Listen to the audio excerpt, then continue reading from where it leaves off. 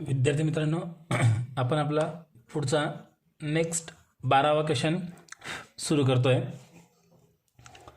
हा क्वेश्चन जो आहे नॉर्थ महाराष्ट्र युनिव्हर्सिटीला विचारलेला क्वेश्चन आहे, म्हणजेच IMP क्वेश्चन आहे. यामुळे क्वेश्चन व्यवस्थित समजून घ्या. क्वेश्चन तुम्ही तुमच्याकडे अगोदर लिहून घेतला पाहिजे. इथपर्यंत स्क्रीनशॉट काढून तुम्ही अगोदर क्वेश्चन तुमच्याकडे लिहून घ्या, कारण जेव्हा मी आन्सर सॉल्व्ह करून देईल तेव्हा तुमच्याजवळ क्वेश्चन समोर असला पाहिजे. कारण जेव्हा मी आन्सर सॉल्व्ह करेल तेव्हा क्वेश्चन समोर दिसणार नाही. यामुळे क्वेश्चन तुमच्याकडे समोर असला पाहिजे. आणि जर तुम्हाला व्हिडिओ आवडतोय तर तुम्ही तुमच्या मित्रांना जरी सेंड केला तरी पण चालेल. तर बघा, आता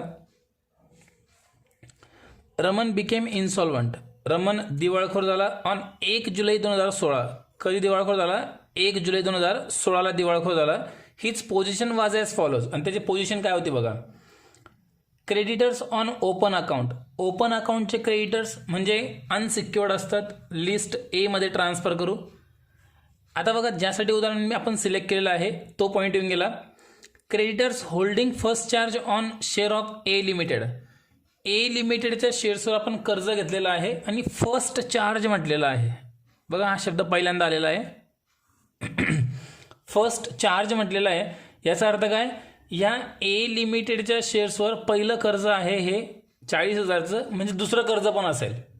ठीक आहे, बघा पुढे बघू आपण. Creditors holding second charge. बघा, हे सेकंड चार्ज आहे, म्हणजे या ए लिमिटेडच्या शेअर्सवर हे दुसरं कर्ज आहे on shares of A limited to the extent. एक्सटेंटचा अर्थ होतो पर्यंत. एक्सटेंट म्हणजे काय? पर्यंत.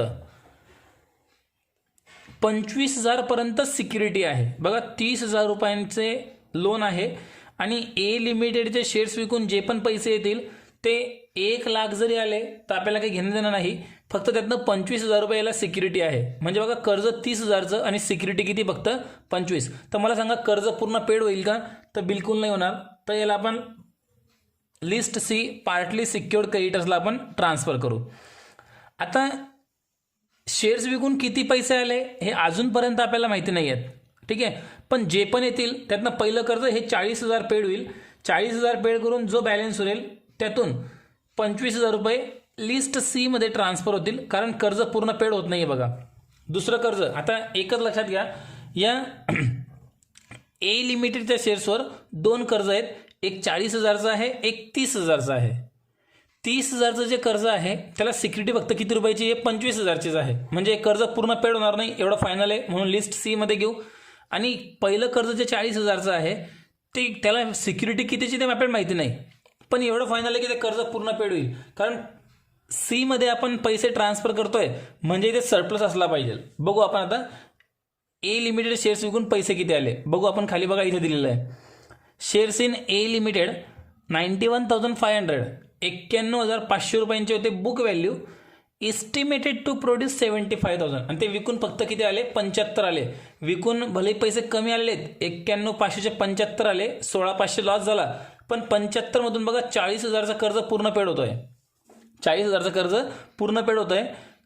40,000 पेड करून 35,000 रुपये शिल्लक राहत आहेत.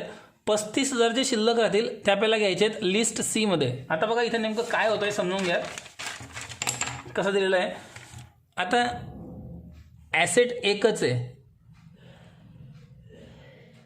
शेअर्स ऑफ ए लिमिटेड, ज्याची बुक व्हॅल्यू आहे 91,500. आता या बुक व्हॅल्यूशी आत्ता आपल्याला काही घेणं देणं नाही. रिअलाइज व्हॅल्यू किती बघा. रिअलाइज व्हॅल्यू आहे 75,000. एक वेळेस सगळं तुम्हाला दाखवून देतो. हे बघा, ए लिमिटेड शेअर 91,500 बुक व्हॅल्यू आहे. ओके, आणि त्यानंतर विकून आलेली किंमत किती? 75,000. आता या 75वर कर्ज किती घेतलेले आहेत? 2 कर्ज घेतलं आहे. पहिलं 40,000चं आहे, दुसरं 30,000चं. दोघी पण लिहून दाखवतो. आता पहिलं कर्ज किती रुपयांचं आहे? 40,000चं आहे. आणि दुसरं कर्ज किती रुपयांचं आहे? 30,000चं आहे. हे फर्स्ट लोन, हे सेकंड लोन. आता मला सांगा, कर्ज पूर्ण पेड होईल की नाही? 75 मधून जर 40 जर पेड झाले पहिल्या कर्जाचे, तर इथे सरप्लस किती उरतोय? इथं सरप्लस उरतोय 35,000. बघा आपण कुठे घेणार मग त्याला, लिस्ट बी मध्ये दाखवणार. लोनसाठी अमाऊंट किती येईल 40,000. लेस सिक्युरिटी जर केले तर 75,000. तर सरप्लस किती उरला पाहिजे 35,000. हे झालं लिस्ट बी मध्ये. आता होतं काय, त्यावर दुसरं कर्ज पण आहे 30,000चं. आपल्याकडे पैसे शिल्लक आहेत 35, पण मला सांगा 35,000 शिल्लक आहेत, 30,000चं कर्ज पूर्ण पेड झालं पाहिजे की नाही. हे पण कर्ज पूर्ण पेड होत आहे, पण काय म्हटलंय दुसऱ्या लोनला सिक्युरिटी फक्त कितीची 25,000 पर्यंतचे, म्हणून ते चाललं कुठे जाईल, लिस्ट सी मध्ये चाललं जाईल. मग बी मधून काय करायचे, लेस ट्रान्सफर टू लिस्ट सी 25,000 आणि मग 10,000 रुपये सरप्लस दाखवायचा. आणि लिस्ट सी मध्ये काय होईल, लिस्ट सी मध्ये लोनची अमाऊंट 35,000, लेस सिक्युरिटी 25,000, 10,000 रुपये बाहेर, 10,000 रुपये बाहेर. आणि या प्रकारे आपल्याला वर्किंग आउट करायची. हाच एक पॉईंट ह्या उदाहरणात महत्त्वाचा आहे, बाकी उदाहरण सोपं आहे. मी तुम्हाला आन्सर सॉल्व्ह करताना परत एक वेळ समजून सांगेलच. पुढे बघा काय म्हटलंय, creditors for rent and taxes 5,000 rupees आहेत, पण काय म्हटलंय, ऑफ विच रुपीज 4,600 प्रेफरन्शियल. म्हणजे प्रेफरन्शियल आहेत ते डी मध्ये घेऊ. 5,000 मधून 4,600 डी मध्ये येतील, तर उरले किती 400. जे 400 उरले ते लिस्ट ए मध्ये येतील, अनसिक्युअर्ड क्रेडिटर्स मध्ये. नंतर बिल्स पेएबल पण लिस्ट ए मध्ये. शेअर्स इन ए लिमिटेड यावर आपण कर्ज घेतलेलं आहे, म्हणून हे बी मध्ये आपल्याला ट्रान्सफर होऊन जाईल. शेअर्स इन बी लिमिटेड 25,000चे होते, 15,000 रुपये आले, याच्यावर काही कर्ज नाही आहे, लिस्ट ए मध्ये घेऊ. फर्निचर 15,000चे 3 आले, यावर काही कर्ज नाही आहे, लिस्ट ए मध्ये घेऊ. Cash at bank list A मध्ये येतं सगळ्यात सुरुवातीला. स्टॉक इन ट्रेड 35,950 रुपये आहेत आणि इस्टिमेट टू प्रोड्यूस 30,450, काही कर्ज नाही आहे, लिस्ट ई मध्ये घेणार. इथे चुकलं माझ्याकडनं, इथे लिस्ट ई, इथे लिस्ट ई अनसिक्युअर्ड नाही, इथे ई मध्ये येईल ॲसेट्समध्ये. कॅश पण ॲसेट्समध्ये. त्यानंतर बिल्स रिसिवेबल 9,000चे 7 आले, हे घेतो आपण लिस्ट जी मध्ये. लॉस थ्रू बेटिंग, बेटिंग म्हणजे सट्टा, सट्ट्यामध्ये लॉस झालेले आहेत, अदर लॉसमध्ये घेणार. अदर लॉस म्हणजे कुठे येईल, डेफिशियन्सी अकाउंटच्या क्रेडिट साईडला अदर लॉसमध्ये. डेटर्स गुड आहेत 5,000, कुठे घेतो आपण लिस्ट एफ मध्ये. डाऊटफुल 30,000चे 25 आले एफ मध्ये, बॅडची अमाऊंट पण एफ मध्ये. म्हणजे फक्त तुम्हाला हे जे लोन आहे फर्स्ट चार्ज सेकंड चार्ज ते समजून देण्यासाठी हा क्वेश्चन आपण घेतलेला आहे. पुढे काय म्हटलंय बघा, Raman started business with capital rupees 70,000 on 1 January 13. Capital आहे डेफिशियन्सी अकाउंटच्या डेबिटला. कधी सुरू केला बिझनेस 1 जानेवारी 13 आणि बंद केव्हा करतोय 1 जानेवारी 16. म्हणजे 2013 पूर्ण, 14 पूर्ण, 15 पूर्ण, 16च्या सुरुवातीलाच व्यवसाय बंद करतोय. 3 वर्ष बिझनेस केलाय. And the business result profit 3,500 and 10,500 for the first 2 year respectively. पहिल्या 2 वर्षामध्ये 10,500 आणि 3,500 14,000 प्रॉफिट झाला. And loss rupees 5,100 for the third year. आणि तिसऱ्या वर्षी लॉस झाला 5,100. After allowing interest 5% on original capital each year. जे 70,000 कॅपिटल आहे त्यावर 5% प्रत्येक वर्षी इच इयर इंटरेस्ट दाखवायचा आहे. डेफिशियन्सी अकाउंटच्या डेबिटला घेऊ. Withdraw for the whole period 25,000 ड्रॉइंगची अमाऊंट डेफिशियन्सी अकाउंटच्या क्रेडिटला घेऊ. म्हणजे पूर्ण सोपा क्वेश्चन आहे, फक्त क्रेडिटर्स तुम्हाला व्यवस्थित समजलं पाहिजे, तेच आपण सगळ्यात सुरुवातीला सॉल्व्ह करून घेऊ. ठीक आहे, परत सांगतोय क्वेश्चन तुमच्याकडे अगोदर लिहिलेला असला पाहिजे, कारण जेव्हा मी आन्सर सॉल्व्ह करून देईल तेव्हा स्क्रीनवर तुम्हाला क्वेश्चन नाही दिसणार, फक्त आन्सर दिसेल. म्हणून आन्सर तुम्ही तुमच्याकडे अगोदर लिहून घ्या. आणि व्हिडिओ जर आवडत असेल तर मित्रांपर्यंत शेअर करा, चॅनलला सबस्क्राईब करा. ठीक आहे, आता आपण घेऊ आन्सर. बघा विद्यार्थी मित्रांनो, आन्सर तुमच्यासमोर मी आखून ठेवलेला आहे. आखण्यामध्ये वेळ वाया जायला नको म्हणून मी आन्सर ऑलरेडी आखून ठेवलं आहे. तुम्ही सेम असं आन्सर आखायचं आहे. ठीक आहे, आता सगळ्यात पहिले आपण लिस्ट बी आणि लिस्ट सी कंप्लीट करून घेऊ. मग तुमचं उदाहरण तुमचं थोडं सोपं होऊन जाईल. काय म्हटलंय, 2 प्रकारचे लोन, क्वेश्चन तुमच्या समोर आहे. 2 प्रकारचे लोन आहेत, एक पार्टली सिक्युअर्ड, एक फुल्ली सिक्युअर्ड, पण एकाच ॲसेट्सवर आहेत. पहिलं कर्ज आहे 40,000चं, मग पूर्ण कर्ज पेड होणार आहे फुल्ली सिक्युअर्ड क्रेडिटर्समध्ये घेऊ आपण 40,000. त्याला सिक्युरिटी किती रुपयाची आहे? शेअर्सची सिक्युरिटी आहे. शेअर्स विकून आले 75,000 रुपये. 91,500 रुपयांचे शेअर होते, पण विकून फक्त आले 75,000. कर्ज पूर्ण पेड झालं. आपण विकून आलेली किंमत कामात घेतो. कर्ज पूर्ण पेड करून बॅलन्स उरत होता 35,000, ज्याला आपण सरप्लस म्हणतो, आणि तो सरप्लस आपण इथं घेतला असता. पण आता भानगड काय झालेली आहे, या 35,000वर अजून एक कर्ज घेतलेलं आहे. बघा तिथे सेकंड चार्ज म्हटलेलं आहे, creditors holding second charge on shares of A limited to the extent of ₹25,000. पण सिक्युरिटी आता 35ची नाही आहे. या 35मधून फक्त किती रुपयाची सिक्युरिटी आहे? 25,000ची सिक्युरिटी आहे. म्हणजे 10,000 शिल्लक राहतील. पण कर्ज किती? 30,000 कर्ज, आणि 25 जरी पेड केले याच्यामधून तर कर्ज पूर्ण पेड होणार नाही. म्हणजे हे कर्ज कोणतं येईल? Partly secured creditors. म्हणून ते आपण घेतलं पार्टली सिक्युअर्ड क्रेडिटर्समध्ये 30,000 रुपये. आता याचे 30 पैकी 25 कुठून पेड करायचे आहेत? लिस्ट बी मधून 25 पेड केले. त्याला नाव दिलं transfer to list C. Balance उरला इथे 10,000. इथून लेस केले कशाकरता? हे कर्ज पेड करण्याकरता. मग इथून 30,000साठी हे पैसे वापरून घ्या. इथे अजून द्यायचे बाकी राहिले 5,000 रुपये. आपल्याकडे पैसे 25 शिल्लक होते, 35 शिल्लक होते. 35 पैकी 25 इथे वापरले. आता फक्त शिल्लक राहिले 10,000 सरप्लस. तो सरप्लस घेतो आपण इकडे ॲसेट्समध्ये, आणि ही ॲडजस्टमेंट पूर्ण संपली. इतकी सिंपल ॲडजस्टमेंट होती. जर समजलेलं नसेल तर पुन्हा एक वेळा व्हिडिओ बघा. इथपर्यंत समजल्याशिवाय पुढे जाऊ नका, कारण इथून पुढे क्वेश्चन एकदम सिंपल आहे. इथपर्यंत इम्पॉर्टंट आहे. 75,000 रुपयांचे शेअर्स आपण विकले होते. 40,000चं पहिलं कर्ज होतं. 35 शिल्लक राहिले. 35,000ला सरप्लस म्हणून आपण इथे घेतलं असतं, पण त्या 35वर पुन्हा एक कर्ज आहे 30,000चं, पण त्याला सिक्युरिटी फक्त 25ची आहे. म्हणजे कर्ज पूर्ण पेड होणार नाही, म्हणून पार्टली सिक्युअर्डला घ्यावं लागेल. म्हणून 35 पैकी 25 पार्टली सिक्युअर्डला ट्रान्सफर केले इथे. मग इथे शिल्लक राहिले 10,000, त्याला सरप्लस म्हटलं, आणि 30 पैकी 25 पेड गेले. 5,000 रुपये शिल्लक राहिले. त्याला कोणतीच सिक्युरिटी नाही, म्हणून त्याला अनसिक्युअर्डला ट्रान्सफर ऑटोमॅटिक होईल. आणि इथपर्यंत क्वेश्चन आपला संपला. सगळ्यात महत्त्वाचा भाग होता इथपर्यंतचा. आता पुढे क्वेश्चन सोपा आहे. जर तुम्हाला क्वेश्चन समजत असेल तर हा व्हिडिओ आपल्या मित्रांपर्यंत पण शेअर करा, आणि चॅनलला सबस्क्राईब करायला विसरू नका. तर बघा, आता स्टार्टिंगपासून घेऊ. क्रेडिटर्स ऑन ओपन अकाउंट म्हटलेलं आहे. लिस्ट ए मध्ये घेतो आपण. क्रेडिटर्स ऑन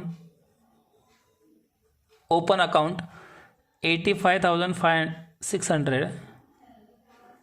यानंतर क्रेडिटर्स होल्डिंग फर्स्ट चार्ज झालं, सेकंड चार्ज झालं. हां बघा, आता पुढचा एक बॅलन्स आलेला आहे.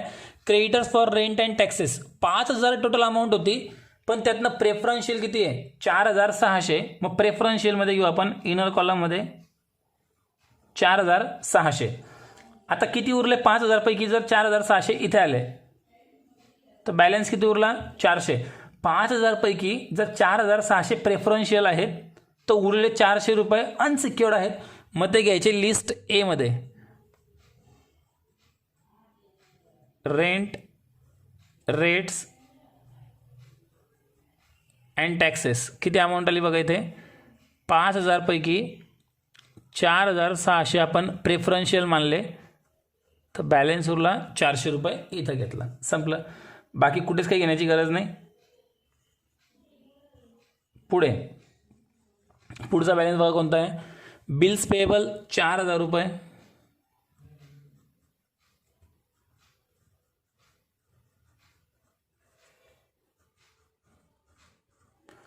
बिल्स पेएबल 4,000 घेतले इथे.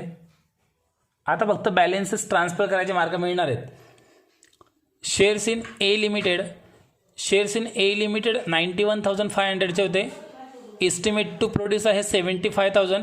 यावर कर्ज घेतलं होतं आपण, तर ती अमाऊंट आपण इथं यूज केली. पुन्हा लिस्ट ई मध्ये येणार नाही, पण त्यावरचा लॉस प्रॉफिट मात्र आपल्याला घ्यावं लागेल. लॉस झाला आहे बघा. 91,500चे शेअर 75 मध्ये विकले गेले, तर 16,500 लॉस झाला. तर अदर लॉसमध्ये आपल्याला घ्यावं लागेल. अदर लॉसमध्ये येऊ. इथं आपण नाव देऊ शेअर्स इन ए लिमिटेड 16,500 रुपये. जो लॉस झाला तो 91,500 मधून 75 लेस केले 16,500. Next shares in B limited. B लिमिटेडच्या कंपनीमध्ये आपण शेअर्स घेतलेले आहेत 25,000चे आणि विकून फक्त आले 15,000. तर लिस्ट ई मध्ये आपण घेतो. इथे वरती आपण अगोदर कॅश ॲट बँकसाठी जागा सोडून देऊ, कॅश ॲट बँक, आणि मग इथे घेऊ आपण shares in B limited. Book value आहे 25,000 आणि शेअर्स विकून पैसे येतात फक्त 15,000. म्हणजे इथे शेअर्समध्ये लॉस झाला आहे 10,000. तो लॉस पुन्हा अदर लॉसमध्ये ट्रान्सफर करा. Shares in B limited 10,000. पुढे फर्निचर आहे 15,000चं, विकून आले फक्त 3,000. काही ॲडजस्टमेंट याच्यावर लोन वगैरे काहीच नाही आहे. तर ईमध्ये घेऊ 15,000चं फर्निचर आणि विकून आले 3,000. लॉस झाला आहे पूर्ण 12,000चा. मग तो घ्यायचा पुन्हा आपण अदर लॉसमध्ये. फर्निचर 12,000 रुपये. यानंतर पुढचा बॅलन्स आहे कॅश ॲट बँक 550 रुपये. आपण इथे जागा सोडली होती वरती, तिथे बॅलन्स लिहून घेतला 550. नंतर पुढे स्टॉक इन ट्रेड आहे 35,950 बुक व्हॅल्यू आहे. लिस्ट ई मध्ये घेऊ स्टॉक 35,950. विकून आले फक्त 30,450, 30,450. इथे पण लॉस झाला मित्रांनो. लॉस घेणार अदर लॉसमध्ये. स्टॉक कसा काढणार लॉस? 35,950 मधून 30,450 रुपये लेस करायचे. जो लेस करून बॅलन्स येईल तो आपला लॉस होईल. किती लॉस आहे बघा? 35,950 मायनस 30,450. लॉस आहे 5,500 रुपये. तो 5,500 आपण अदर लॉसमध्ये ट्रान्सफर केला. याच्यानंतर पुढचा बॅलन्स आहे बिल्स स्टॉक झाला. बिल्स रिसिवेबल आहे 9,000चे. इस्टिमेट टू रिलीज आहे 7,000. लिस्ट जी मध्ये घेतो. बिल्स रिसिवेबल समोर घ्यायचे 9,000, रिअलाइज झाले 7,000. पुन्हा लॉस झाला तो अदर लॉसमध्ये घ्यायचा. बिल्स रिसिवेबल 9,000चे 7 आले म्हणजे 2,000 रुपये लॉस.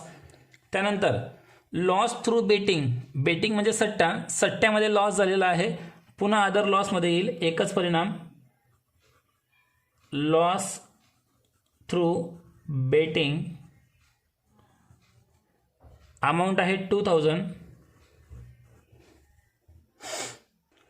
पुढचा बॅलन्स डेटर्स आहे. लिस्ट एफ मध्ये घेतो. गुड, डाऊटफुल आणि बॅड तिघं पण दिलेले आहेत. तर गुडची अमाऊंट घेऊ 5,000. दोघी कॉलममध्ये अमाऊंट याची सेम येत असते. No loss no profit. पुढचा बॅलन्स आहे डाऊटफुलचा बॅलन्स आहे 30,000 आणि रिअलाइज आहे 25,000. 5,000 रुपये इथे लॉस आहे. तो बॅड डेप्समध्ये आपल्याला घ्यायचा आहे 5,000. अजूनपर्यंत आपण अमाऊंट बाहेर नाही घेतली कारण बघा पुढे बॅडचे म्हटले 15,000. ते बॅडचा बॅलन्स पण घेऊ 15,000. याचे रिलेस काहीच नाही होणार. ते इथे बॅड डेप्समध्ये ॲड करू. 15 आणि 5 झाले 20. इथे घेतले अमाऊंट बाहेर. आणि जितकं तुम्हाला या कॉलम्समध्ये अमाऊंट दिल्या होत्या त्या सगळ्या आपण संपवल्या. आता पॅरेग्राफमध्ये काय म्हटलं बघू आपण. Raman started business with capital ₹70,000. रमनने जेव्हा बिझनेस स्टार्ट केला तेव्हा याचं कॅपिटल 70,000 होतं. कॅपिटलमध्ये घेतले आपण 70,000. 1 जानेवारी 13चं कॅपिटल होतं.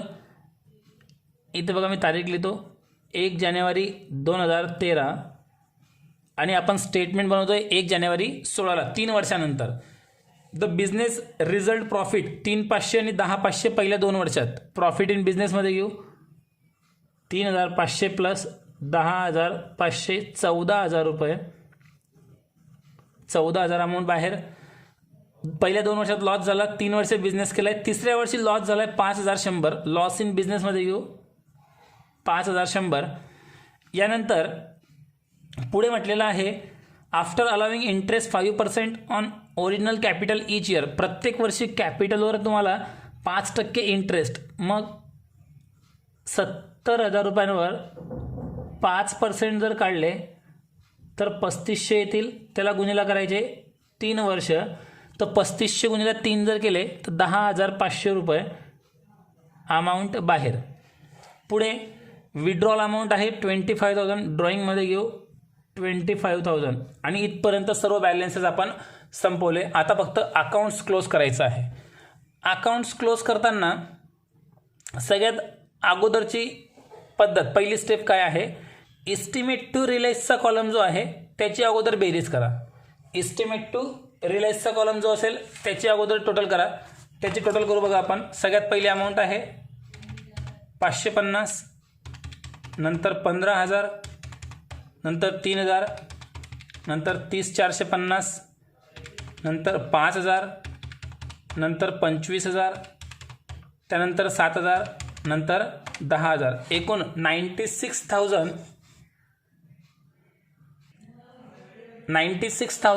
अमाऊंट येते. ह्या 96,000 मधून आपण काय करायचं, सगळ्यात अगोदर जे प्रेफरन्शियल क्रेडिटर्सची अमाऊंट असेल जी पण असेल ती अगोदर लेस करून टाका. 96,000 म्हणून इथं नाव द्यायचं less paid to preferential creditors. Preferential क्रेडिटर्सची अमाऊंट 4,600 रुपये. 96,000 मधून 4,600 लेस कर, 91,400. हा बॅलन्स बॅग आपल्याकडे शिल्लक आहे. 4,600 पेड केले, इथून लेस करून अमाऊंट बाहेर नेल. आता ही झाली फर्स्ट स्टेप. आता सेकंड स्टेपला काय करणार, एक्सपेक्टेड टू रँक जो आहे त्या कॉलम्सची अगोदर आपण बेरीज करा. त्या कॉलम्समध्ये बघा कोणत्या कोणत्या अमाऊंट आहे. 85,600, नंतर 400, नंतर 4,000, नंतर 5,000. 95,000 इथली टोटल आली. ती टोटल घेतली 95,000. हे बघा 95,000. तीच टोटल घ्यायची इकडे ॲसेट्समध्ये 95,000. 95,000 मधून 91,400 जो आपल्याकडे बॅलन्स अवेलेबल आहे तो लेस करायचा. मग बॅलन्स उरतोय 3,600, 3,600 रुपये. जो बॅलन्स उरला 3,600, त्याला नाव द्यायचं list H deficiency. List H deficiency नाव दिलं. त्यानंतर हा जो डेफिशियन्सी आला, हा डेफिशियन्सी घ्यायचा प्रॉफिट अदर प्रॉफिटमध्ये, नाव द्यायचं डेफिशियन्सी 3,600. आणि शेवटी आता डेफिशियन्सी अकाउंटची दोघी साईड जर सारख्या येत असतील तर आपला आन्सर बरोबर. चेक करायचं आहे बघा. 70,000 प्लस 10,500 प्लस 14,000 प्लस 3,600, 98,100 रुपये डेबिट साईडची टोटल आहे. क्रेडिटला पण 98,100 येतात का चेक करू.